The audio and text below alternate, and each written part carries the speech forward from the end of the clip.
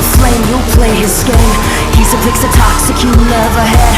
Chaos is a man and you want him. Karnataka के वजीर जंगलात ईश्वर खंड्रे ने HMT पर गैर कानूनी तौर पर जमीन फरोख्त करने और किराए पर देने, दरख्त काटने और माहौलियाती खवानीन की खिलाफ वर्जी का इल्जाम आयद किया है, जिसके नतीजे में सैटेलाइट तस्वीर के जरिए अहम दरख्तों की कटाई की तस्दीक हुई है। इन्होंने ये भी वाज़ेह किया कि फिल्म टॉक्सिक की शूटिंग के दौरान सेट के लिए दरख्तों को काटा गया था। हालांकि सुप्रीम कोर्ट के फैसले के मुताबिक महफूज जंगलाती जमीन को हमेशा महफूज रखना जरूरी है। इन इल्जामात के जवाब में हुकूमत ने एक कमेटी तश्कील दी है, जिसकी क़ियादत BBMP के assistant conservator of forest Santosh Kumar कर रहे हैं, ताकि इन दावों की तहकीकात की जा सके।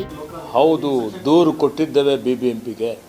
BBMP ಅವರು ನೋಟಿಸ್ ಕೊಟ್ಟಿದ್ದಾರೆ, ಒಂದು ಕಮಿಟಿ ಮಾಡಿದ್ದಾರೆ, ನೋಟಿಸ್ ಕೊಡ್ತಾರೆ, ಮುಂದಿನ ಕ್ರಮ ತಗೊಳ್ತೀವಿ.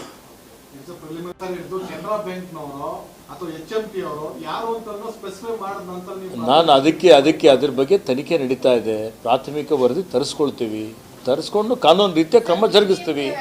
Union Minister H.D. Kumaraswamy has also accused Khendre of trespassing on HMT land in Bengaluru, alleging illegal tree cutting during Khandre's recent visit to the site. The two have been in conflict over the 599-acre HMT land for months.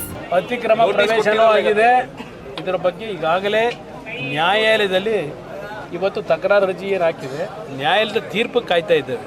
ನಾವು ಕಾನೂನಿನ ವ್ಯಾಪ್ತಿಯೊಳಗೆ HMTಯ ನಮ್ಮ ಒಂದು heavy ಇಂಡಸ್ಟ್ರಿಗೆ ಏನು ಬರುತ್ತೆ, HMTಯಿಂದ ಕಾನೂನಿನ ವ್ಯಾಪ್ತಿಯ ಮುಖಾಂತರ ಹೋರಾಟ ಮಾಡ್ತೀವಿ ಹೊರತು ಪ್ರಚಾರಕ್ಕೋಸ್ಕರವಾಗಿ ಈ ವಿಷಯವನ್ನು ನಾವು ತೆಗೆದುಕೊಳ್ಳೋದು